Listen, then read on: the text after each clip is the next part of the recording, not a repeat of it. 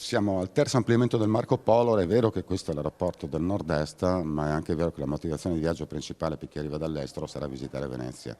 Venezia che è già ai limiti di saturazione e sicuramente non può permettersi dei flussi ulteriori. Persino il Veneto, nella promozione turistica ufficiale della regione, non si chiama Veneto, si chiama The Land of Venice, la terra di Venezia.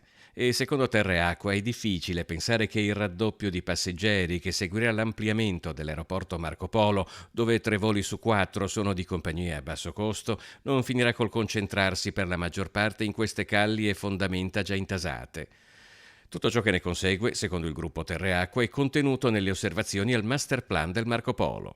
Motondoso, conseguente all'aumento del numero di passeggeri, ne preoccupa perché dalla Darsena al Marco Polo già partono troppi mezzi acqua e corrono troppo. Seconda criticità, dal nostro punto di vista, è l'aumento di posti auto nei parcheggi, che è una contraddizione in termini, perché questo master plan doveva puntare a una decarbonizzazione e allora non si capisce perché i posti auto nei parcheggi aumenterebbero da 7.000 a 10.000 circa.